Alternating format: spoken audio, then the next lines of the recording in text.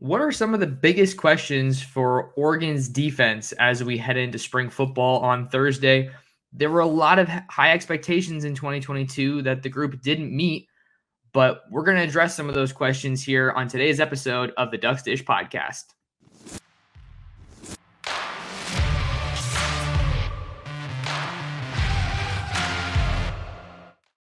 And we're back like we never left. Oregon fans, what's going on? Thank you so much for tuning in to another episode of the Ducks Dish podcast. I'm your host, Max Torres, publisher and lead editor of Ducks Digest, covering the Oregon Ducks over on Fan Nation, part of the Sports Illustrated Network. Excited to have you along for today's episode and grateful that you guys are here. However you're here, whether you're tuned in on the podcast or watching on YouTube at Oregon Football Max Torres, we are just so happy to have you along. We are less than 24 hours away from the start of Oregon spring football, which is really exciting to say. Feels like just the other day we were finishing up our coverage of the Holiday Bowl against North Carolina. Big win for Oregon, obviously, to reach that 10-win mark in Dan Lanning's first season. But now it's on to 2023. We got a bunch of new faces.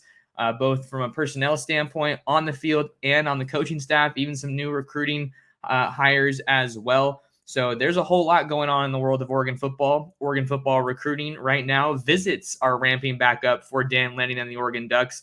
I have an updated visitor list posted on ducksdigest.com. Go on over and give that a read. It's a free read. So if you want to stay in tune with all things Oregon football and recruiting, go check that one out.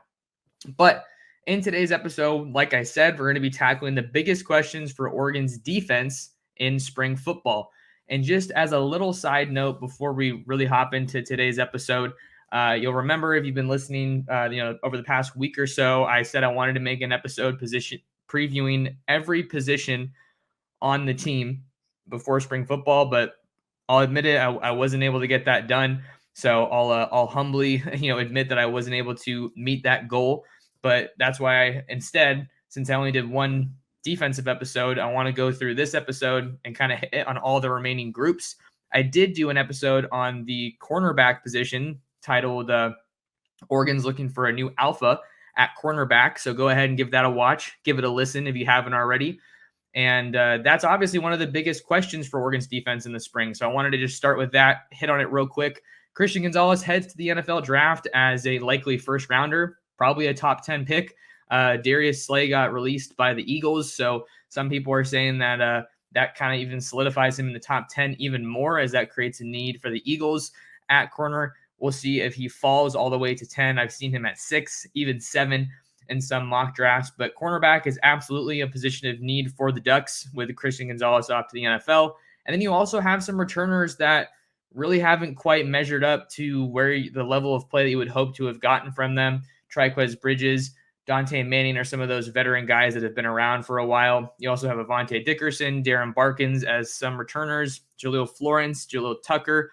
Jaleel Florence saw a lot of playing time last year, and I think that he's in store for a big season. Take that leap as a sophomore, and then Jaleel Tucker didn't really see the field a whole lot as a true freshman. So those are some of the guys that they had on the roster already, but boy, is that a position that gets an absolute injection of talent. Specifically in the spring, you're looking at Kyrie Jackson, the Alabama corner transfer, who comes over from the SEC, obviously. Then you got Dalen Austin, an Under Armour All-American corner from Long Beach Poly, flipped from LSU to Oregon during the early signing period. He looks like he's going to be on campus in time for spring football, which starts on Thursday. Solomon Davis from Charter Oak High School, prestigious high school program in Southern California in Covina. He was kind of a late addition for Oregon after the Ducks got involved when he was still committed to Arizona.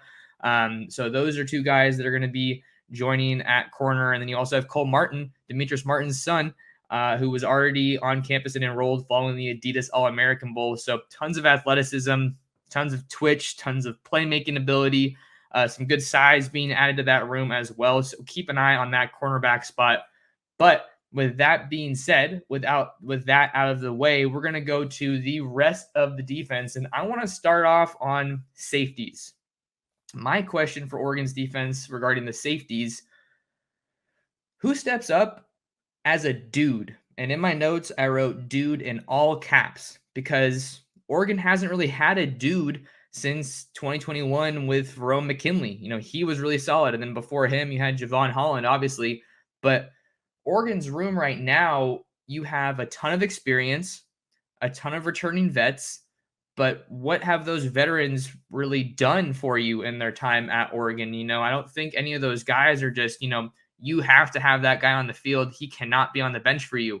You have Brian Addison, who I think probably had his best season as a Duck last year. You have Jamal Hill, who comes back, Steve Stevens IV, who also comes back.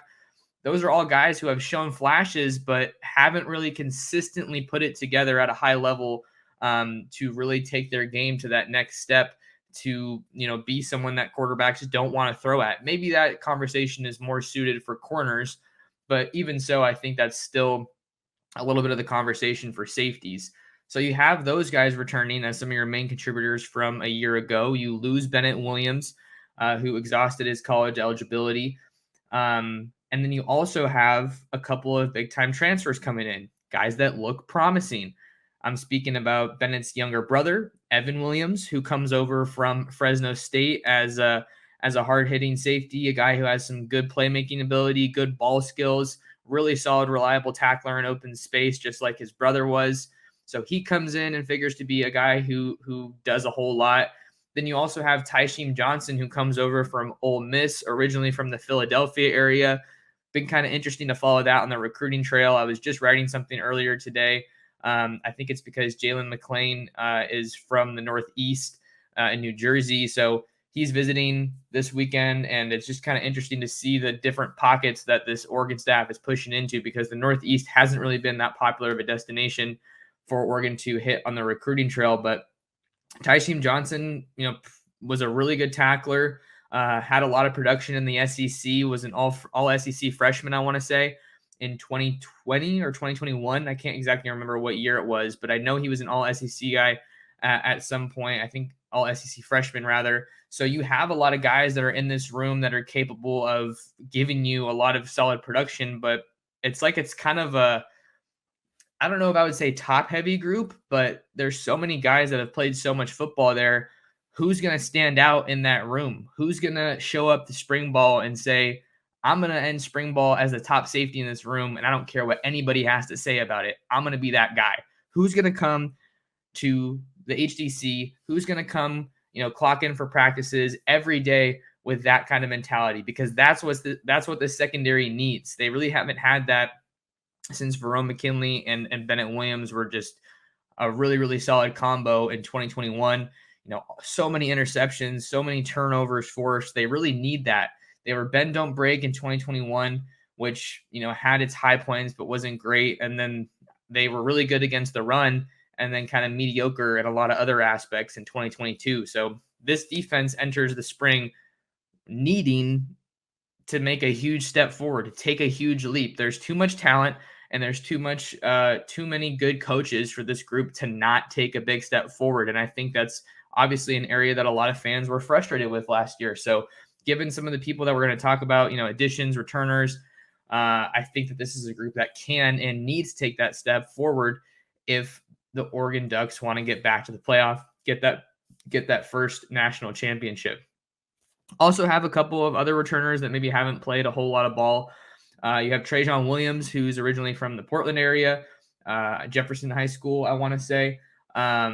He is a guy who was an All-American in 2022 for Oregon, and maybe he's going to be able to make a jump into that conversation. You also have Tyler Turner from Texas.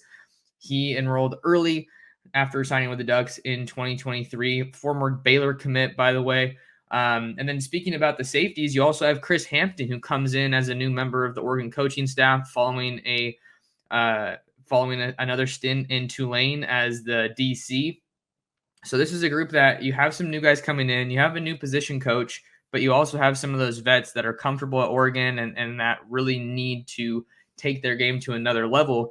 It's just going to be a matter of, do these new guys that come out of the portal, ultimately beat them out for snaps? Because you and I both know people don't go to Oregon out of the transfer portal expecting to sit on the bench. That's just not how it works. So I think that's going to be another fierce competition battle to watch, because it seems like both safety spots are pretty much wide open, in my opinion, just because none of those guys have just been so solid, so can't miss that like they entered the spring with that job locked down. That's not the reality of the situation. Next up, let's look at the edge rusher position. And the question with the edge rushers kind of goes with the defensive line too, but I think this really falls on the edge rushers for the most part, or maybe more so than the defensive line. Can the group get after the quarterback consistently? What was fans' number one gripe with the Oregon defense last year? I'd say it had to be pass rush, pass rush, pass rush.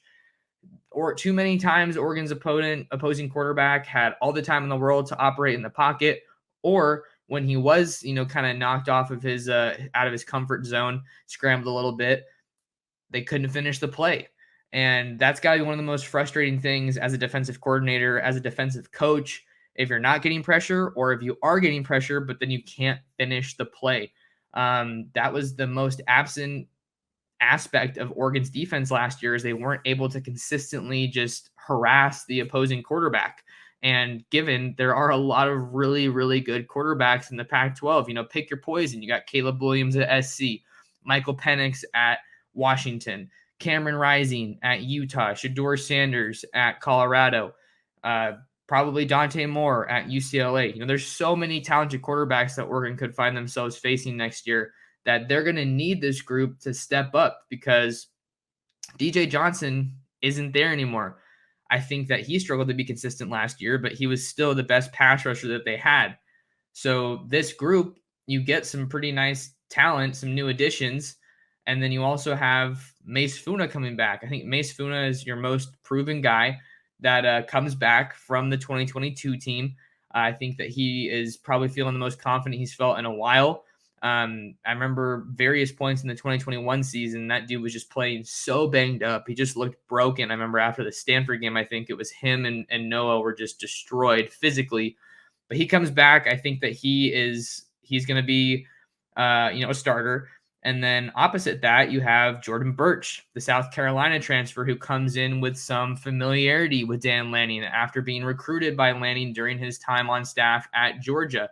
And the upside is so obvious to see with Jordan Burch. 6'6", 275 pounds, uber athletic guy. It's not someone, Oregon hasn't really had this body type since Eric Armstead, DeForest Buckner, two massive defensive linemen that played at Oregon and ended up being first round picks, all pro caliber guys. I really wish that the Niners didn't trade DeForest Buckner. That still haunts me to this day, but that's another conversation for another day.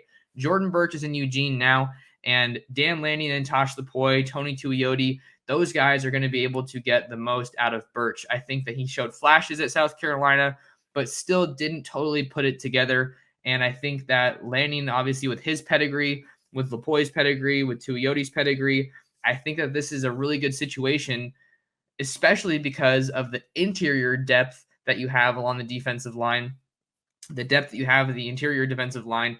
That's really going to, I think, set up Burch to have success in his debut at Oregon. So I think that you probably have Burch and Funa as your top two edge guys.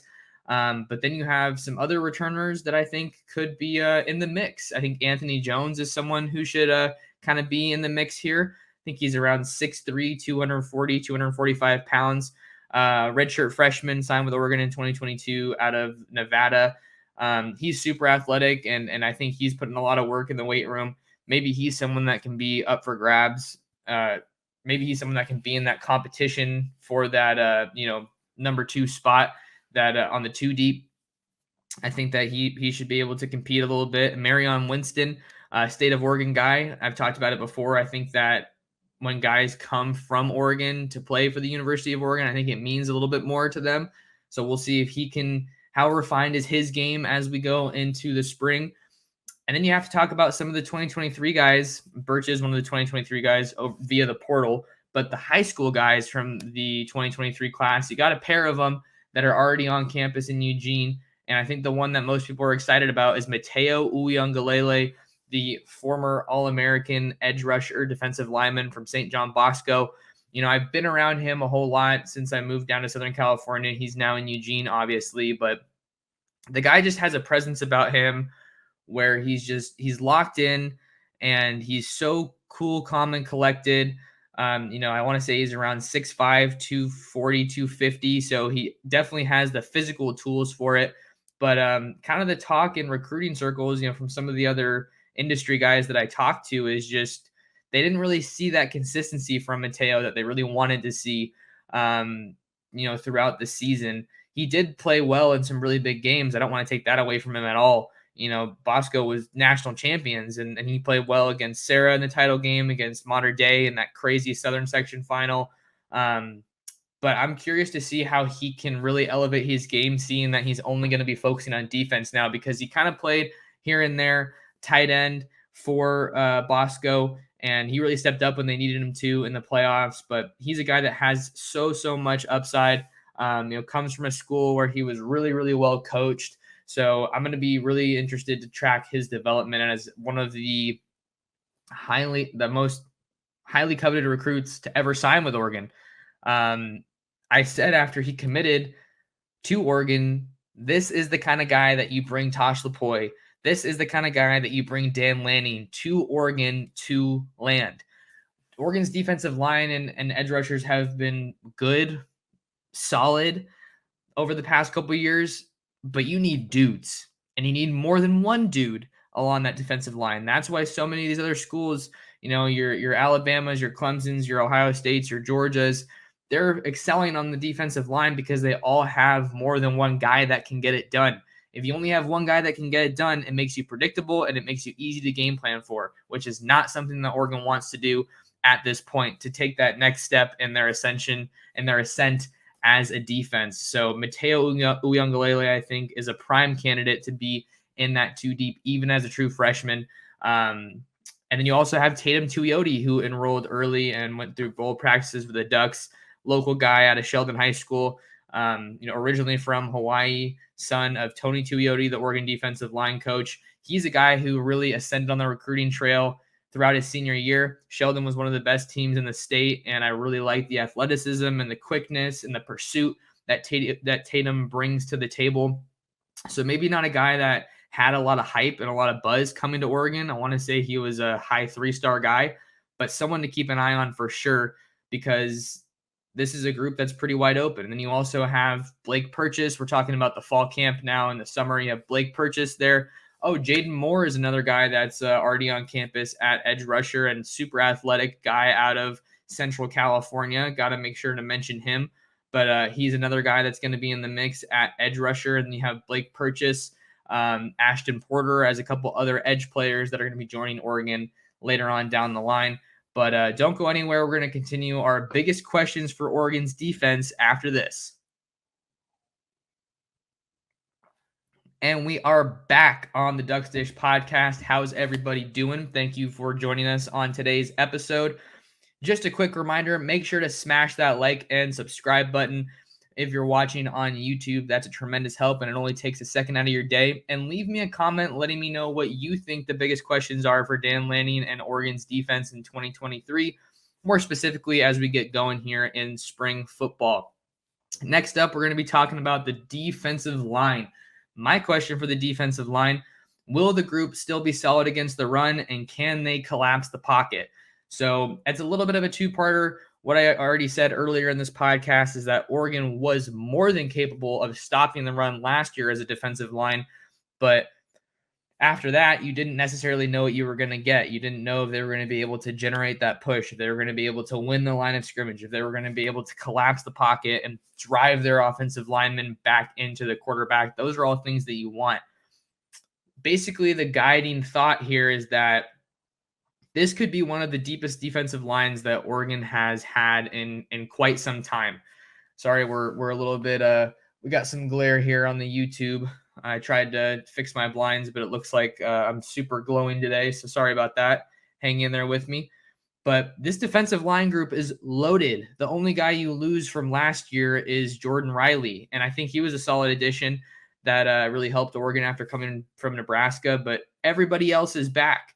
You're talking Brandon Dorlus, Popo Amavai, Casey Rogers, Taki Taimani, Keon Ware-Hudson, and then you have a couple of 2023 guys from the recruiting class that are already there early, Tavita Pomee and Michael Gardner out of Utah and Arizona, respectively.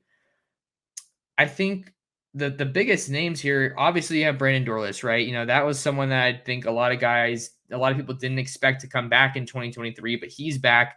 He's their most versatile defensive lineman, whether it's on the interior or on the edge. I think he's really solid, but it looks like he's been able to do most of his damage and he's most effective on the interior. But they're going to be able to have some versatility. They're going to be able to have some options because of how deep this group is. They're going to be able to move him around, and I think that's going to be a big part of their equation.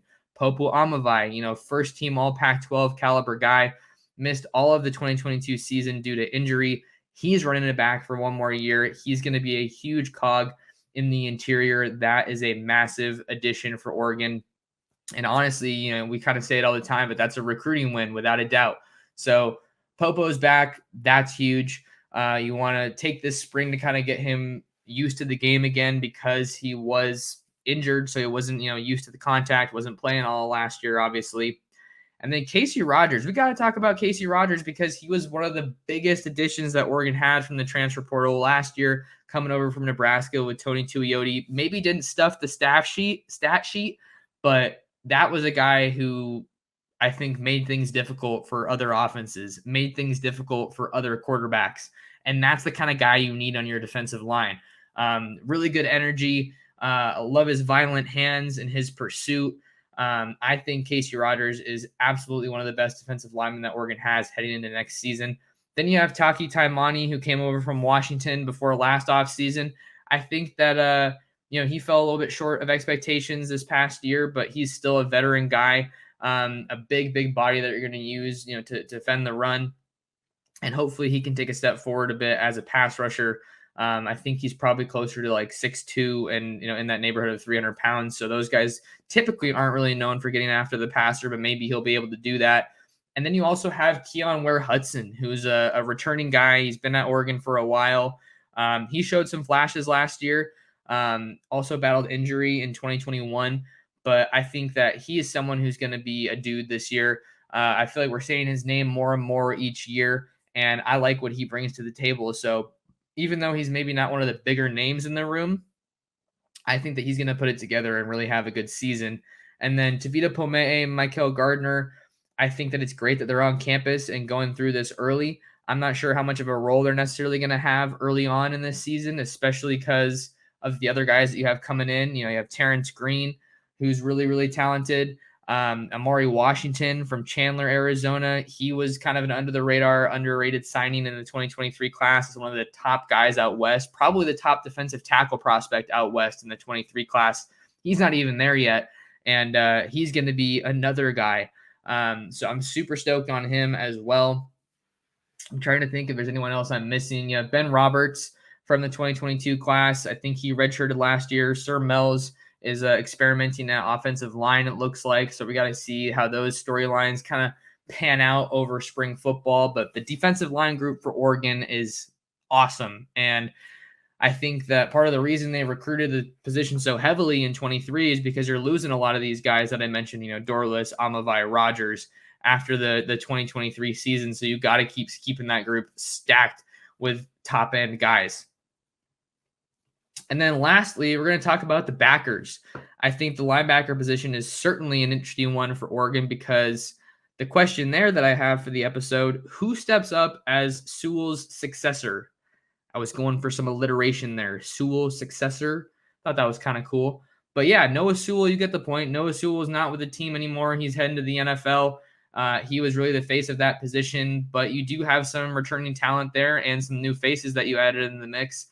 From last year, you have Jeffrey Bassa, the former safety, converted safety, has had his ups and downs at linebacker, but I'm assuming he's feeling pretty confident at that spot, and the coaching staff likes him there for the long term. So I think Jeffrey Bassa, he's probably one of the better coverage guys because he has that defensive background, so he should be able to help this group cover. That's where they really, really struggled last year, especially over the middle. But one of their new guys, Connor Soley, who comes over from Arizona State, is another former DB kind of guy. little bit smaller. I think he's in the range of like 6 foot, 215 or so pounds. So kind of on that same level, but Boss is like 6'2".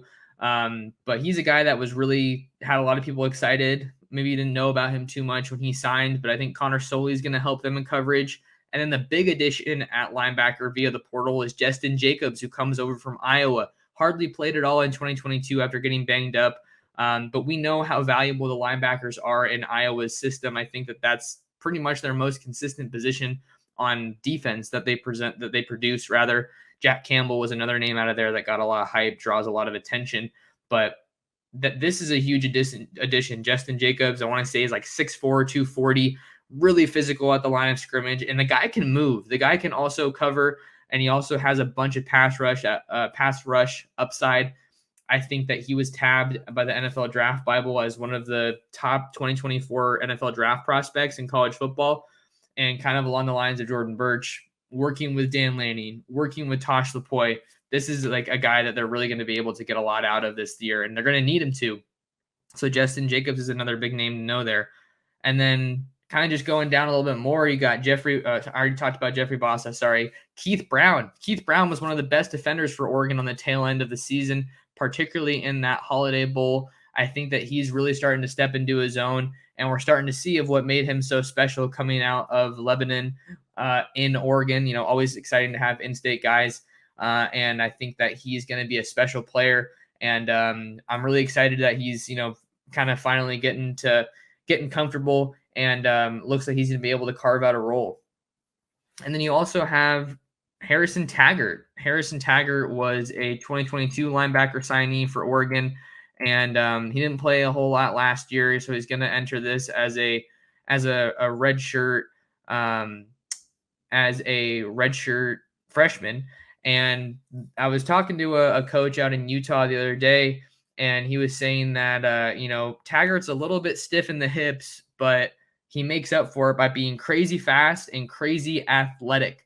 So I think that you have some reason to be excited about him, for him to be flying around, helping out on defense. His quickness and his speed were definitely some of the things that popped off the tape as a high schooler. So that's going to need to find its way onto the field in 2023 if he wants to be competing for a spot in this rotation. Then you also have Devin Jackson, Oregon's other 2022 linebacker signee. The Ducks were a little light on numbers in 2023 recruiting at linebacker, so I think that some of these guys that have been at Oregon for a bit are going to need to step up, even if it is just one season. And it's a little bit of the same story with Devin Jackson. He had a lot of speed coming out of high school, even though he was a linebacker. And now the question is, how do you find that balance between speed and adding to your frame, adding muscle, adding those pounds that you need to bang with those offensive linemen and tight ends, and then keeping that quickness to cover running backs out of the backfield, to cover receivers. So I think Devin Jackson's a guy who, like Taggart, could find himself into the rotation this year. But the Ducks saw a lot of attrition at that position, right? Not only did Sewell leave for the NFL, Jackson LeDuc transferred to Nevada as one of the key contributors for Oregon at linebacker. So there's going to be a lot there. And then Brian Michalowski, I want to say that's how you say it, Brian Michalowski takes over as the new inside linebackers coach, with Jake Long going back to Alabama to rejoin Nick Saban's staff. So there's a lot of movement from a personnel standpoint and a coaching standpoint at linebacker. And it's going to be a group that is going to be tasked with stepping up this year, because, you know, Oregon's defense wasn't good last year, and linebacker pass coverage was a part of that for sure. So they know that they kind of have a little bit of a target on their back, would be my assumption. And this is a group that's capable of reaching the level of play that they need to.